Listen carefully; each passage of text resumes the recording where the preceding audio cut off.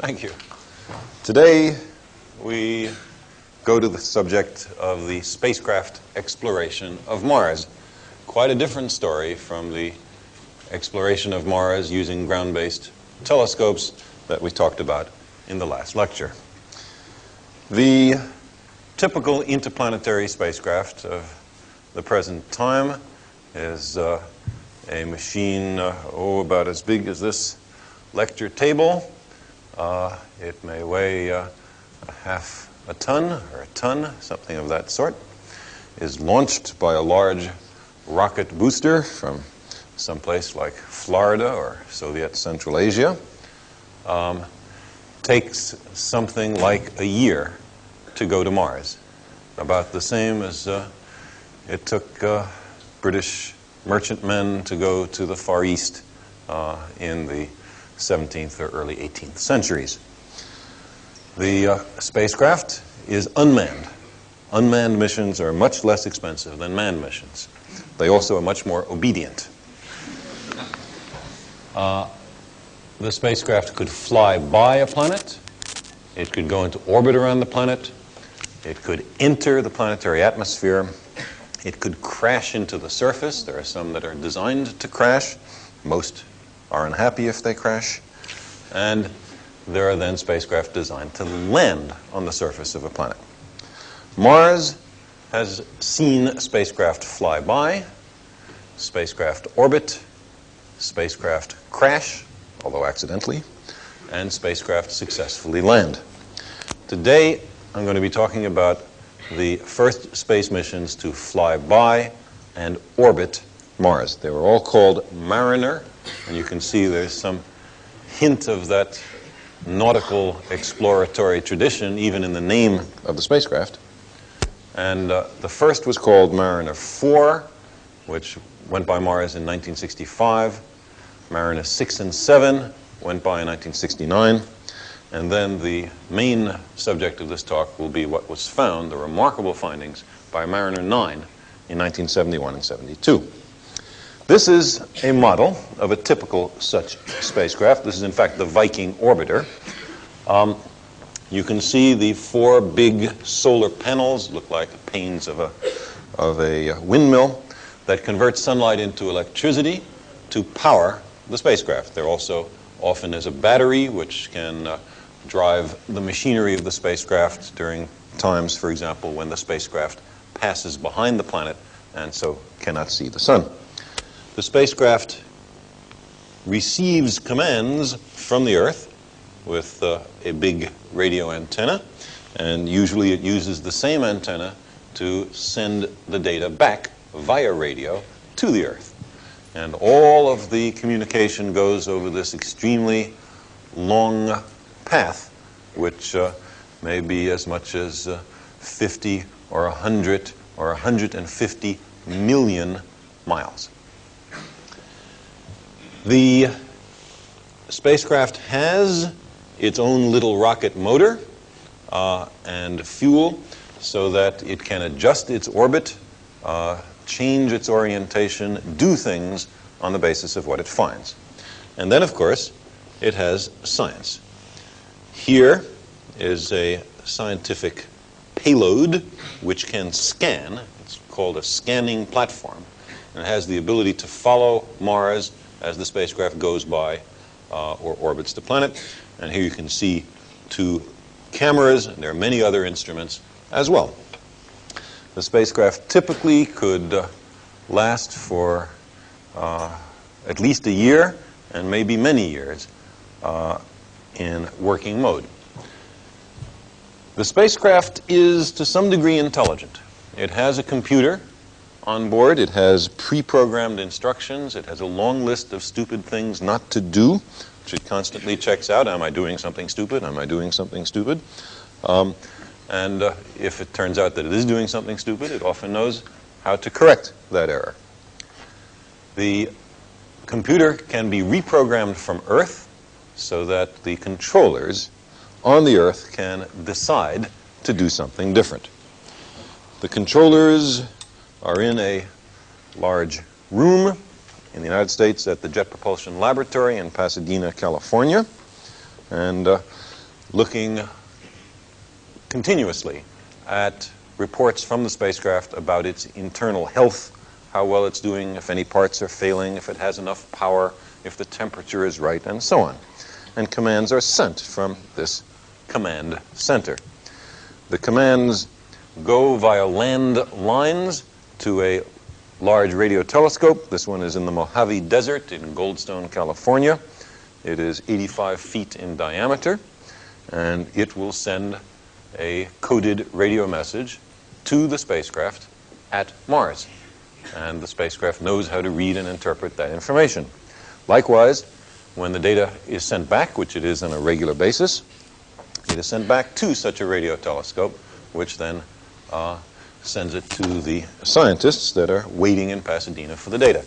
There are such radio telescopes for the United States, not just in California, but also one in Spain and one in Australia, so that as the Earth turns, there is always a radio telescope pointing towards Mars to be able to get the data. Now, when Mariner 4 first flew by Mars in 1965, it took 21 pictures, the first photographs ever taken of Mars close up. And it could see things much smaller than could ever be seen from the Earth. It could see things a few kilometers across. And what it found, essentially the only thing that was visible in those pictures, were craters. And craters at that point became an important part of the study of Mars. Now, people know that the moon has craters. In fact, there are some craters on the Earth as well. And it was very interesting that an argument soon was raised that said, this proves that Mars has no life on it. And sometimes the argument went as follows. The moon has craters. The moon is lifeless. Mars has craters. Therefore, Mars is lifeless. Now, I hope that many of you will see that that is not a terrific argument. And you can imagine various arguments of that sort that don't work. My eyes are green. My nose itches. Your eyes are green. Therefore, your nose itches. And other arguments like that. That's not a good argument, but we heard it. In fact, we even heard the President of the United States, a Mr. Johnson, say that he was pleased to find that there was no life on Mars.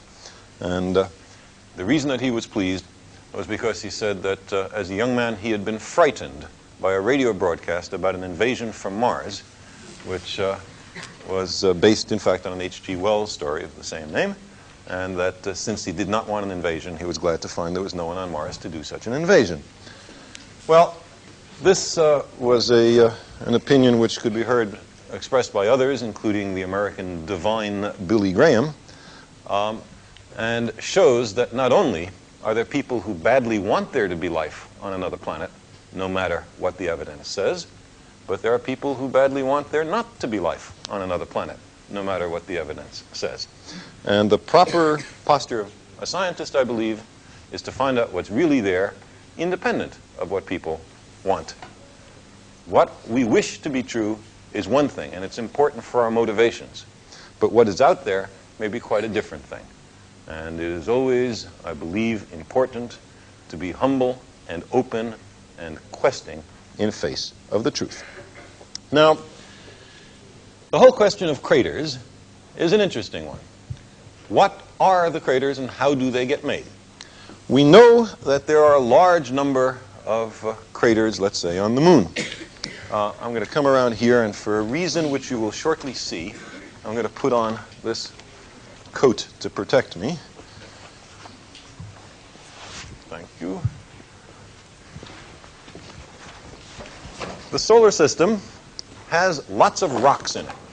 Big rocks, small rocks, medium-sized rocks. Some of them are in the asteroid belt, where they range up to several hundred kilometers across, and they are sort of worldlets. Now, today, most of these small and large rocks are on regular orbits, which don't intersect. Collisions are few. But at the early history of the solar system, when material condensed out of a cloud of interstellar gas and dust to form the sun and the planets, at that time, there must have been many more such rocks, and they didn't know they were supposed to be on regular orbits. So they did intersect, and there were enormous numbers of collisions. Now the solar system has been cleaned up by all these collisions, and they happen rarely. But in the case of, say, the moon or Mars, we see signs of those early catastrophes. And such craters happen today as well. For example, Meteor Crater, Arizona, is about 1 kilometer across and was produced by an impact of a big rock falling from the sky. Big rock falls from sky, makes hole in ground. Easy to understand. The reason there are so few craters on the Earth and so many on the moon is not that the rocks in the sky know they're supposed to land on the moon and not on the Earth. Oops, I'm going to the Earth, I better move over here to the moon. No rock knows about that. It's that the holes in the ground are rubbed out on the Earth better, because we have running water, we have wind-blown dust. Those are erosive agents which can fill in and rub out craters. So just as many, more or less, craters are formed on the moon as on the Earth, but the ones on the moon survive because the moon does not have many erosive agents, and the ones on the Earth disappear. So what often happens is something like that. Yes, I should warn the people in the front rows that this is going to be dangerous. And in fact, I shortly am going to call for volunteers, which will make it even more dangerous. So, the rock falls into the ground deeper than the thickness of this tray and makes a hole bigger than it itself was. And sometimes there is a lip. Sometimes there is a central mountain.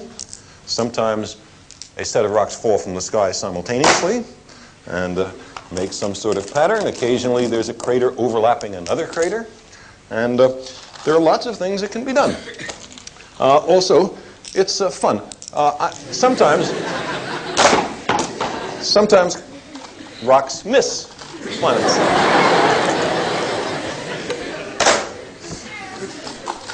That's all right. We have to have some rocks left. Now, I think I need some volunteers who will enjoy making a mess of the Royal Institution. Good. May we have you and you, and I need one more volunteer, you in the green tie. And be careful that you don't step on any asteroids. And what I would like you to do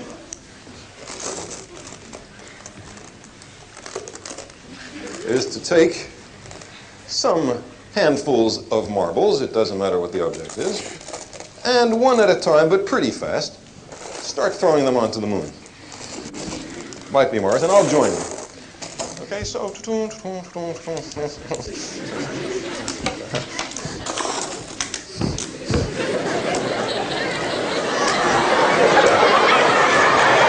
Okay, terrific. All right, we have one sticking up. Good. Okay, I think we have made a good first step, but let's try a few more. Just, but don't throw. Let's just drop them in. Okay, we don't want to throw them hard because it'll destroy. That's right. Excellent. Good. Lovely. I'm going to now poke a few that are still sticking up down because there are no marbles to be seen on the moon. and I'm not sure exactly what I will now do with this piece of moon. Thank you very much.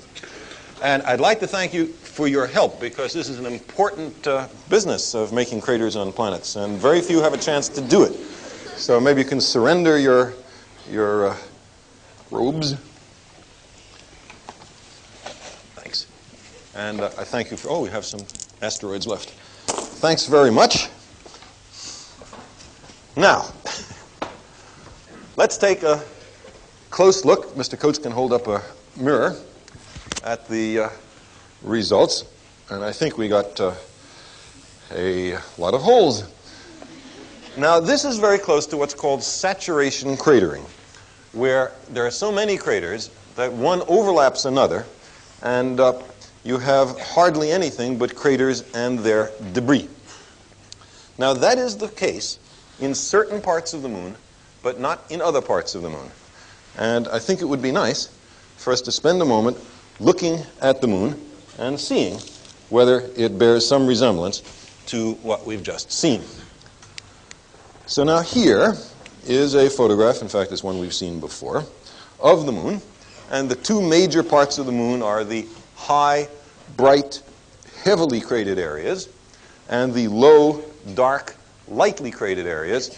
The latter are called maria, which is Latin for seas or oceans, because Galileo thought that these were in fact oceans. They are not. They are perfectly dry, bone dry.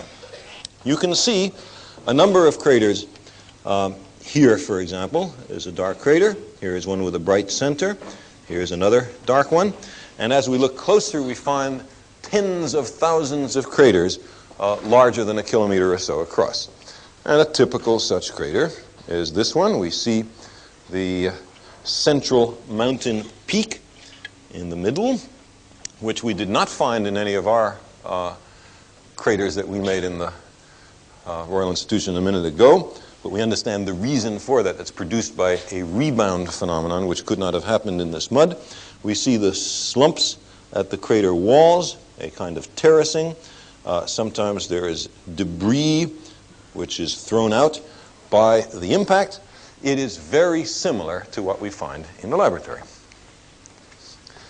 Now, the big basins on the moon, some of them are very large, many hundreds of kilometers across, are also produced by impacts, by bigger rocks falling. And I would like to show now a sequence of pictures showing how features on the moon probably formed.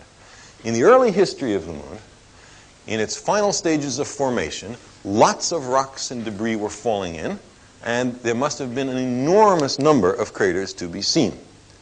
And here is an artist's view of how the moon must have looked in the final stages of its formation.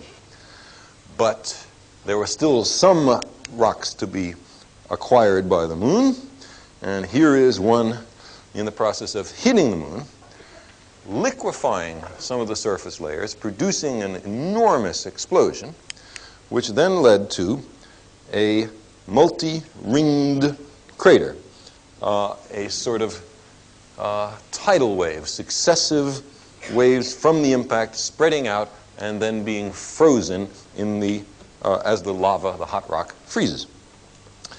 Then, either through the energy of the impact or through internal heating of the moon, molten rock welled up and flooded these lowland basins produced by impact. And here we can see the dark frozen lava, and also the little hint of red in the picture is due to another impact happening on top of this. Then you can see in this picture that the dark low regions have very few craters on them. As time passes, no new major events occur, but new minor events occur, and these maria accumulate, a sprinkling of additional craters over the following 4 billion years. Now that's a typical view of how major basins and craters form on the moon and on Mars. And so we expected there to be lots of impact craters on Mars. We had seen them from previous missions. And so when Mariner 9 was sent to Mars, we expected lots of craters. But the previous spacecraft had only looked at about 1% of the planet, so we didn't know whether all of Mars was covered with craters or if only small amounts of Mars were covered by craters. Turns out, as we will see in a minute, that something like half of Mars is heavily cratered and half of it is not at all heavily cratered. Now, what does it mean that a region is not heavily cratered? It means that it's young. It hasn't been around long enough to accumulate all these scars of ancient cosmic catastrophes. What does it mean that a region is heavily cratered? It means that it's old because it has been around long enough to accumulate all of these craters. So the cratered regions of Mars must be old, perhaps going back close to the beginning of Mars, about 4.5 billion years ago. And the uncratered regions must be young. As with the case of Phobos and Deimos, if we find craters, we can name them. And the only rule is that the people we name them after have to be dead. Fortunately, there are many dead people, and some of them even did some notable things in their lives. So, in this particular region of Mars, for example, there are craters named Lowell, after Percival Lowell, who did a great deal for the study of Mars, one of the major ones of which is to excite 11-year-olds into thinking about Mars. Many of the generation of present planetary astronomers were first excited about Mars through Percival Lowell or Edgar Rice Burroughs, who wrote terrible romantic fiction based on Lowell's view of Mars. There is Maunder right here. He's a British astronomer who proposed that the Lowellian canals didn't exist. There are a large number of geologists, astronomers. There's a crater named Huxley, after Thomas Henry Huxley, who was a great supporter of Charles Darwin and gave lectures at this Royal Institution. There are even a few science fiction writers, including H.G. Wells, who have craters named after them on Mars. Now, when we arrived at Mars, when the spacecraft arrived at Mars in late 1971, we discovered that there was a planet-wide dust storm and virtually nothing could be seen on the surface of the planet, except in one place, a place called Tharsis, where we could see some strange features. And since this was the only place where we could see any features, we, of course, spent some time worrying about them. So here they are. You can see 3 dark spots or marks all in a row.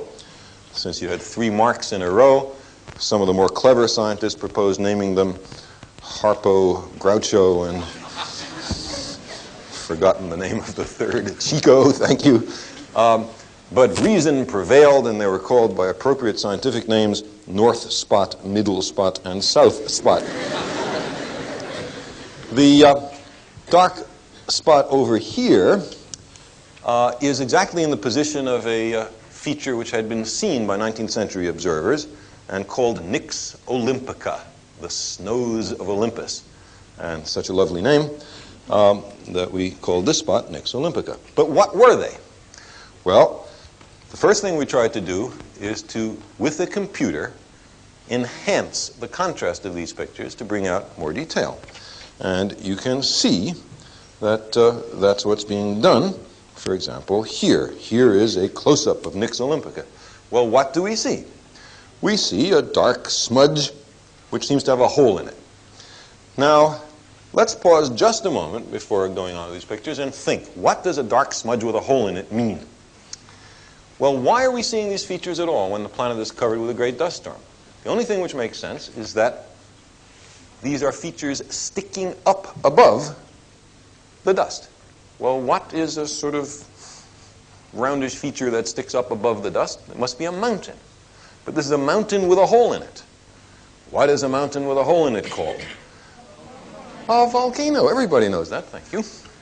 So, this is the physicist's approach to figuring out what these things are. If you have a big mountain with a hole in it, it's probably a volcano. There is another approach to this problem. It's the geologist's approach, which is look closely at it, and if it looks like a volcano on the Earth, then it must be a volcano. Another good approach. So we attempted to look more closely at all of them. Here's an attempt to look at the computer-enhanced version of middle spot. And what do we see here? Another smudge with a hole in it. Well, the geological approach was frustrated for a while. Time went on, the dust storm dissipated, and eventually we got much better pictures of these features. And here, in the next picture, is an example.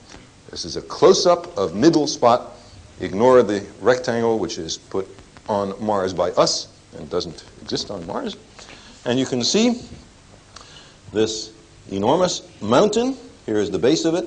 Here it is going steeply up. Here is a big hole in the top called the caldera. It looks exactly like terrestrial volcanoes.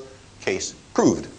And here is a close-up of the largest volcano in the solar system, so far as we know, Nix Olympica, which is now called Olympus Mons, which means Mount Olympus.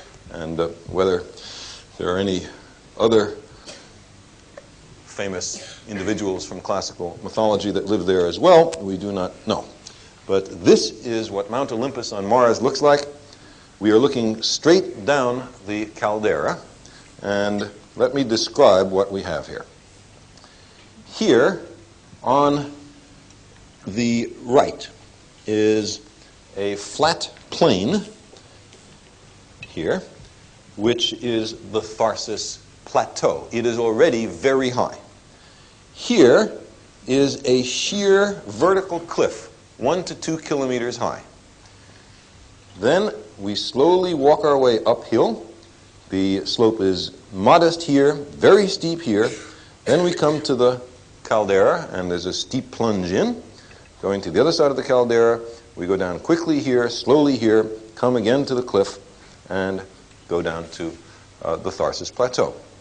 From the base to the high point is almost 30 kilometers, almost 80,000 feet. It is a volcano which dwarfs, both in height and in lateral extent, any volcano on the planet Earth. And notice that there are virtually no impact craters. Here is one. There are almost no others. On the flanks of these volcanic mountains, they are therefore very young. A rough estimate makes them no older than hundreds of millions, perhaps a billion years old. You may think that's rather elderly, but it's young compared to the age of Mars.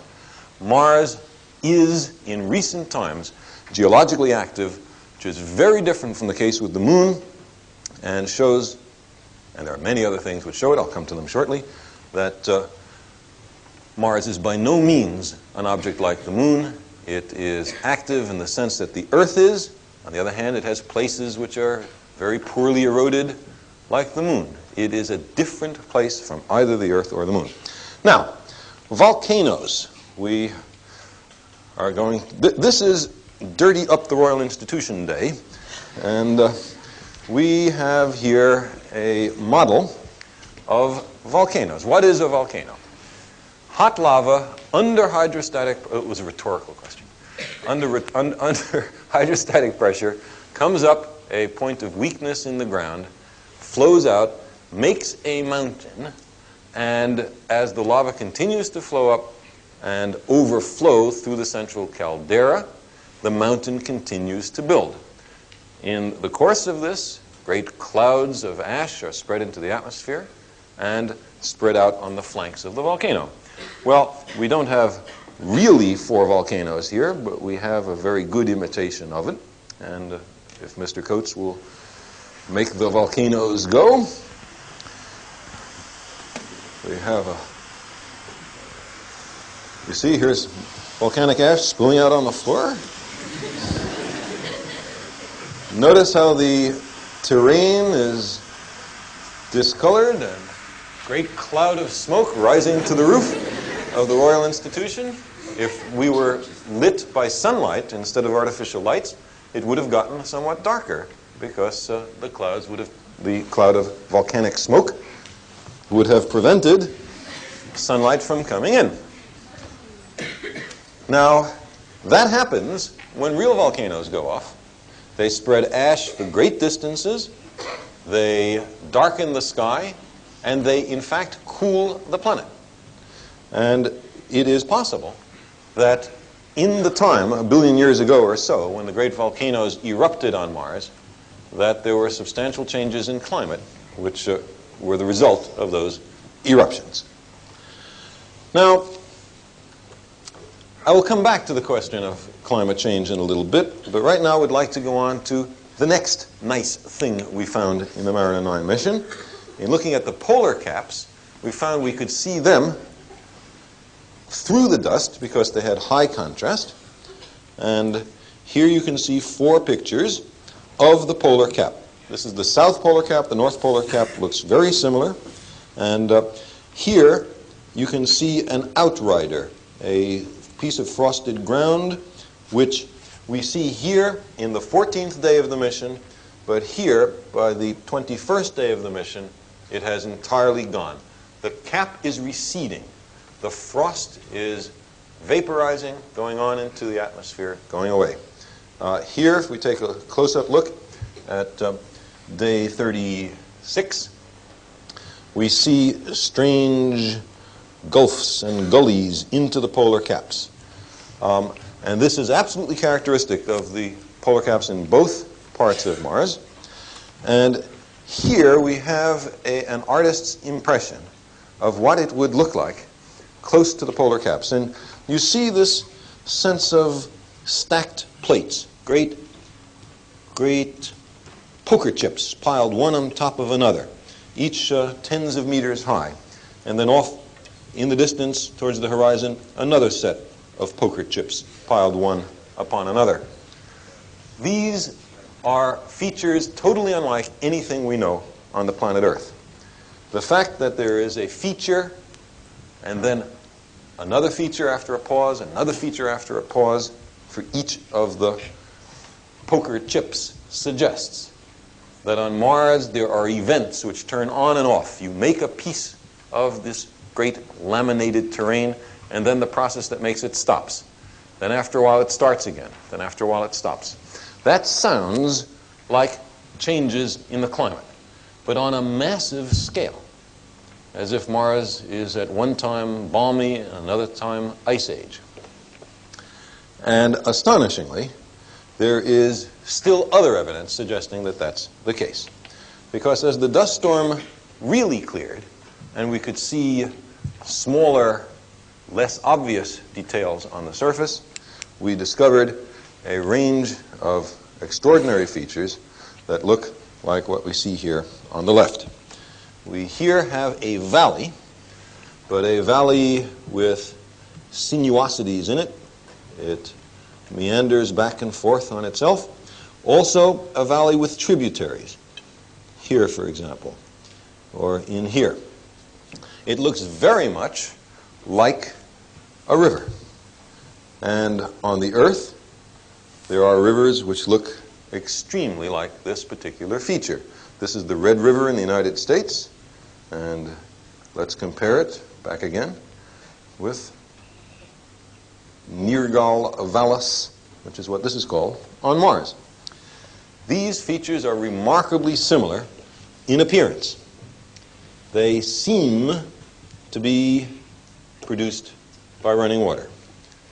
Here is a quite different place of Mars with beautiful braided patterns and sinuosities, tributaries, collapsed banks, teardrop-shaped islands in the middle of the valley. It looks for all the world like a feature produced by running water. So now, having splashed mud on the Royal Institution and spread smoke and ash into the atmosphere, we now want to pour water on the floor. We have here an irregular surface. Imagine it on a much larger scale than it is, with great boulders and a strange source of water here. And now the water is going to move in some direction. Oh, look at that bifurcation, whatever it chooses to do. And we're going to let this run for a little bit and come back to it in a minute to see what the general configuration that it leaves is. If we look at rivers on the Earth while we're waiting, I hear an uncomfortable sound of running water behind me. I'll pay no attention to it. We see there are places where beautiful braided patterns exist. This is in the terrestrial Arctic. And there are other features which might look as if they were a river valley. This feature right here, for example. But it is not a river valley. It is a collapsed lava tube. Lava has made a channel for itself under the ground, and the overburden has collapsed, permitting us to see the course through which the lava flowed. This has sinuosities in it, but not tight meanders like terrestrial rivers often have. It rarely has tributaries. It is morphologically, in its form, different from terrestrial river basins. So we think it very likely that what we see on Mars is produced by running water. Now, if we can take a look, maybe with a mirror and me out of the way, at what we have made here, we see something which looks rather like a river valley. Can I just reach my hand in and point out this little island which has been left right here, which is a feature very much like that that we see on many Martian river valleys. What we never see is a thumbprint. Well, we now must come to the question of how do you make rivers on Mars? Because there is an aspect of the Martian environment which doesn't permit rivers to be formed, and that is that it is extremely difficult to have liquid water on Mars today. The atmospheric pressure is so low that if you had an open pool of liquid water, it would immediately evaporate and boil away. So it is very hard to have water around long enough to be able to carve a river which is hundreds, or in some cases 1,000 kilometers long. That suggests that the rivers, which weren't made yesterday, we can tell from their craters that they're quite old also, that the rivers were made at a time when the Martian climate, the Martian environment, was very different from what it is today. And that suggests massive climatic change on Mars. Now, at that time, we would have rivers forming. Here is a laboratory demonstration on a large scale, larger than we were able to do here, of water first flowing in a straight path, and then in a sinuous path, and then lovely braids forming. Well, there was a time in the history of Mars when that happened. That is probably not happening today. There was therefore once a time when Mars had higher pressures, higher temperatures, and abundant surface liquid water. That is when Mars was, in these senses, much more Earth-like. Today, Mars has a low atmospheric pressure, is on the average quite cold, has very little surface liquid water. It is in a deep ice age. Now, how can you have such a massive change in climate, even though it's over a period of hundreds of millions or billions of years? Well, the first thing to remember is that the Earth has had massive changes in climate as well. Here is a model of the Earth, and we have taped to the top of it the maximum extent of the polar cap at the time of the last great ice age, some 10 or so million years ago.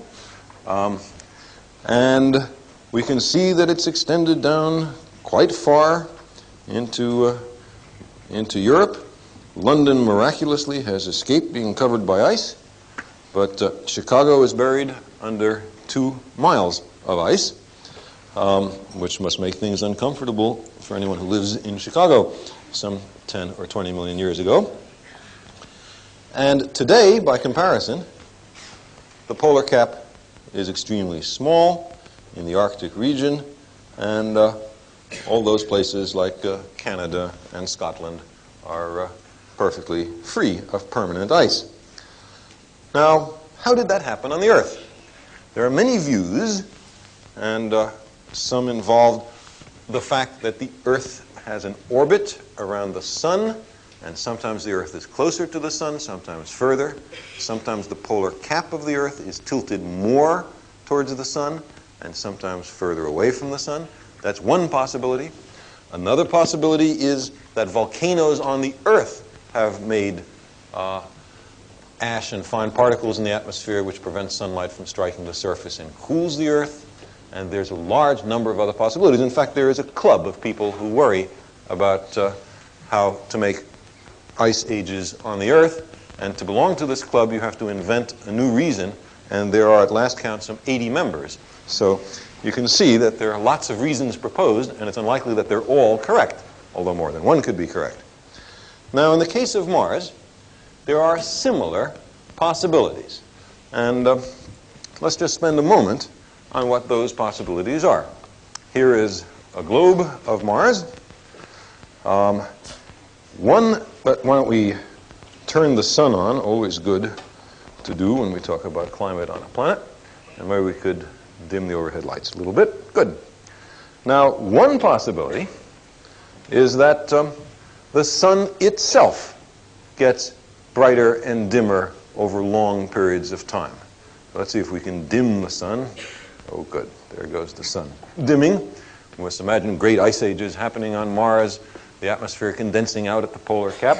And now if the sun were to brighten up some, brighten sun, thank you, then we imagine the polar cap vaporizing, more atmosphere pouring into the air, enough pressure for water to run on the ground, rivers forming, and so on. Well, that's one possibility, because the sun might be a variable star.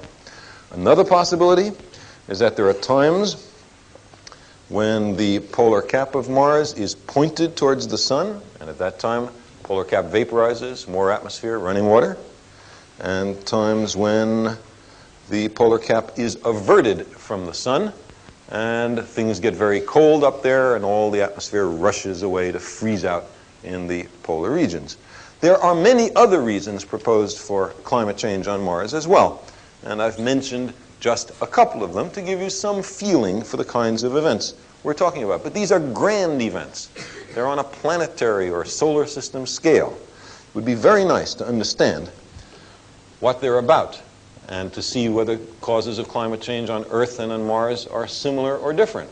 It might be that we could learn something about changes in the Earth's climate by examining changes in the Martian climate.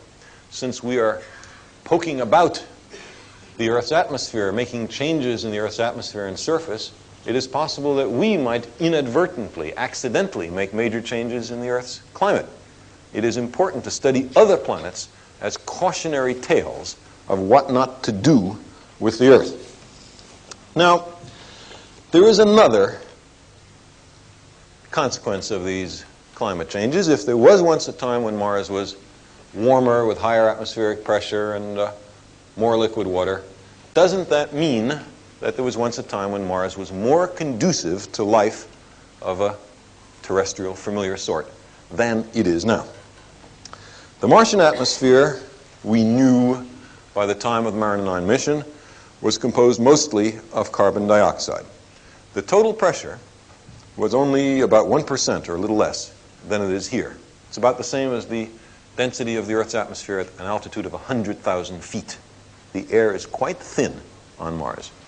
In addition, there are small quantities of water vapor, of, we now know, nitrogen, of oxygen, although much tinier quantities of oxygen. The amount of oxygen in the Martian atmosphere is much too little for us to breathe. And even smaller quantities, I'm dropping molecules, even smaller quantities of ozone, a form of oxygen which has 3 oxygen atoms. Now, this is actually not the best model of ozone. It does show 3 oxygen atoms. Now, could life exist in such an environment? What about the temperature? Well, the warmest it ever is on Mars is about what it is in this room, which is consistent with life, but a little on the high side. But that very night, the temperature would drop some 100 or 150 degrees Fahrenheit. The temperature changes, say 100 degrees centigrade, 80 to 100 degrees centigrade. The temperature changes are enormous on Mars. There is not enough oxygen. The small amount of ozone has an important consequence. Because there is very little ozone, ultraviolet light from the sun penetrates through the Martian atmosphere to the surface. That doesn't happen here. We get very little of ultraviolet light from the sun because it's all absorbed by our ozone. If the ultraviolet light penetrated through the atmosphere, we would be in bad trouble, among other things because our hereditary material, our DNA, likes to absorb ultraviolet light and to fall to pieces and to make chemical bonds which are not consistent with accurate reproduction of the genetic code. Now, under these conditions, it seems that Mars is not a very likely place for life. But we can do an experiment. We can make a chamber which duplicates all of these Martian conditions, the temperature, the atmospheric composition, and pressure, and the ultraviolet light.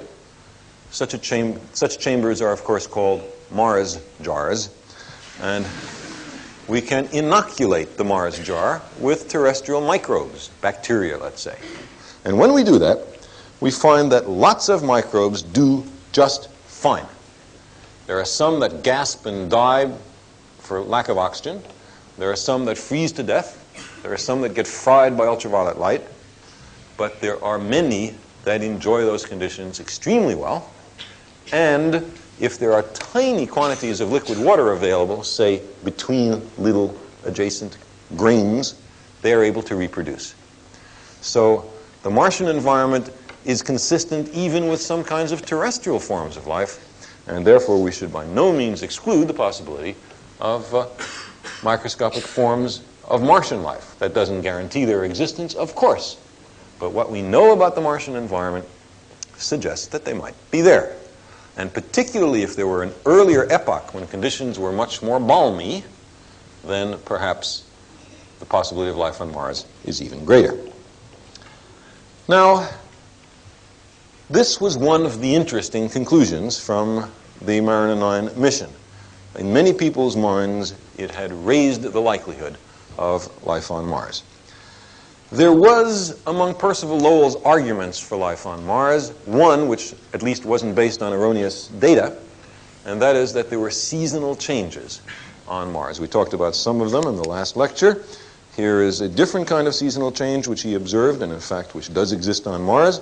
Here's the North Polar Cap, and you can see that it is surrounded by a dark collar of material which in fact follows it on its retreat each spring and summer towards the pole of Mars.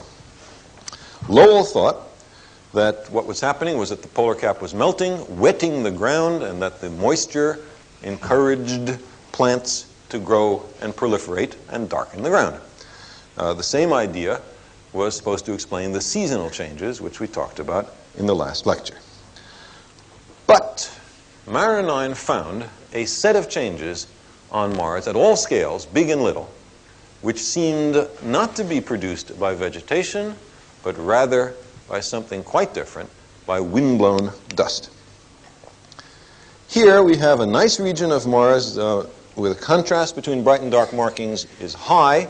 There's no frost here. And we're going to look at two regions. This one over here, which I will call the leaf. It's a big leaf. It's about 10 kilometers across. And this region, which is, as you see, serrated. There's another similar thing at the bottom of this crater, but we will not examine that. Now, here is a view of the leaf area, but with no leaf. And just 13 days later, we took another picture of this region, and there was the leaf. In less than 2 weeks, this major region, 10 kilometers across, developed.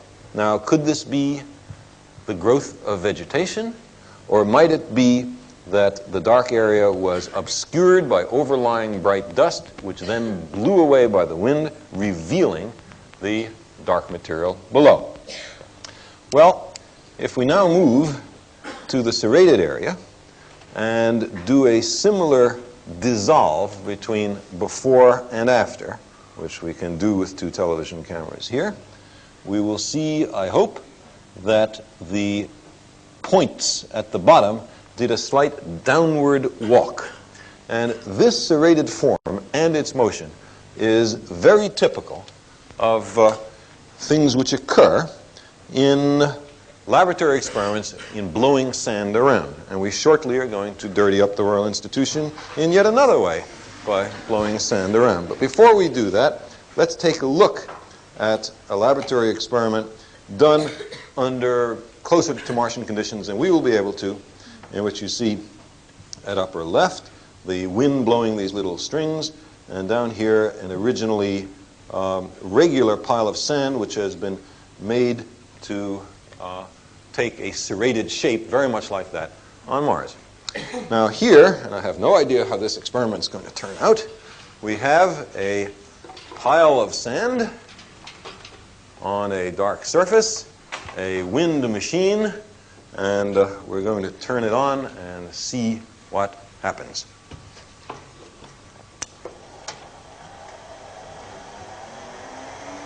So far, nothing is moving at all. Now we have streams of sand which are blowing down.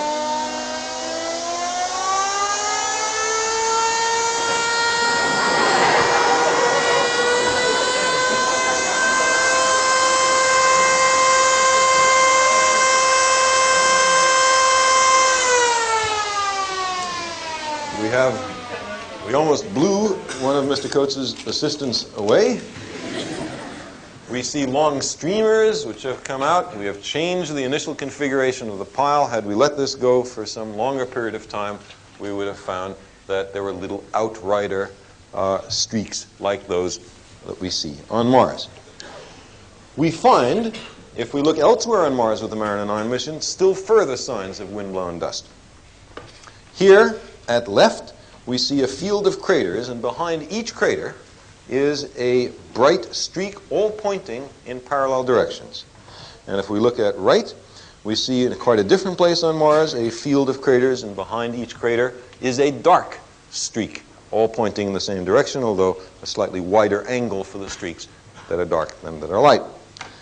This looks very much like material at the bottom of a crater blown out by strong winds. All the craters had the dust blown out at the same time, and therefore all the streaks are parallel. Here is a lovely example of such a thing. This is a place called Mesogea, which means middle of the Earth, but it's actually on Mars.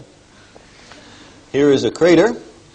There's a long, dark plume coming out of it. There's some source of dark material in the crater.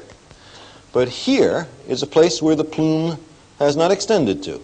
And we can see exactly why that has happened. The material blew out of the big crater and then was prevented by the walls or ramparts of this crater from falling behind it. What we see here, this bright feature, is a wind shadow. And such details confirm that we are seeing changes in the configuration of bright and dark features on Mars due to wind-blown dust. Now, almost certainly the changes that were seen by ground-based observers are due to weather and not to life. That does not exclude life on Mars. It just means that there was nothing that had been seen from the Earth on Mars that we now can say with any degree of reliability was produced by a Martian biology. Each time we look for something, we are a little disappointed, but each time we find something spectacularly interesting. In this case, here we have a map of the wind directions, which are deduced by these streaks and irregular features, and they give us a weather map of the directions the winds blew at the times of the highest speed winds on Mars. That is of great importance for the meteorologists, and in fact it turns out that the weather patterns on Mars are quite like the weather patterns on Earth.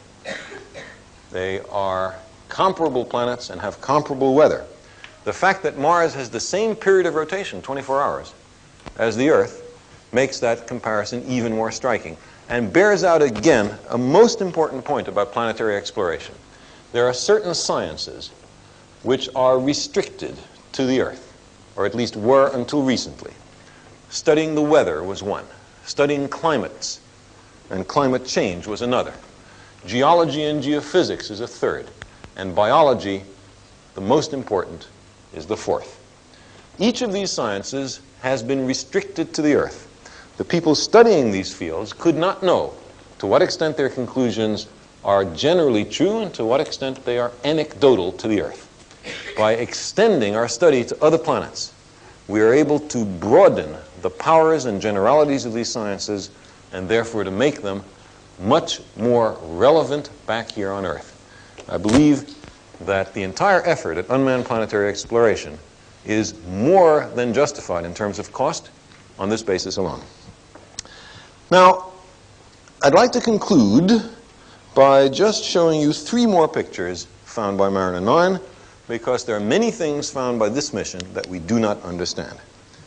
Here is a photograph in Tharsis, the high plateau which contained the volcanoes, and there are many streaks which are behind craters, but there are some which are not connected with craters. In this region are a set of remarkably straight features, not connected with craters, and we can do a close-up of this region right here, and you can see how this streak, for example, does not begin in the crater. These little ones do not. And the manner of formation of these features is mysterious, but it may be due to what happens when very high-speed winds blow sand about, because the winds on Mars are much higher than the winds on Earth. Winds on Mars have been estimated at over 200 miles an hour, and in some cases up to 300 miles an hour. In fact, approaching the speed of sound on Mars, over 100 meters a second to convert the lower number. That is a wind speed range that we simply don't know about on Earth, and maybe there are strange patterns that occur in that case. Even more mysterious, and this is something I love to show, are these features found by Mariner 9. You can see here are 2 mountains of pyramidal shape. They are oriented in the same direction. They are each 3 kilometers across at the base, 1 kilometer high, lovely sculpted objects. What are they? That is also a rhetorical question because no one knows the answer. If we take the typical geological approach, which is if it looks like something I know about, then that's what it is, I guess we would have to conclude the existence of Martian pharaohs. That seems to me a little premature, risky, not the only possible conclusion, although it would certainly be terrifically interesting. Because there is something else which happens on Mars, and that is sand blasting. The sand, which is carried by these enormous winds, can erode and rub down and carve out mountains which are previously irregular. And therefore, over 10 or 100,000 years, the high-speed winds on Mars might have carved 2 or more quite irregular mountains into these lovely quasi-pyramidal shapes which we see in this particular region. Maybe that's not what's the cause. Maybe something far more exotic is. We are by no means sure. Mariner 9 has revealed mysteries. It has solved many old problems. It has raised many new problems. To really investigate these problems, we must go even closer to Mars and land on the planet, and that is the objective of Viking next lecture.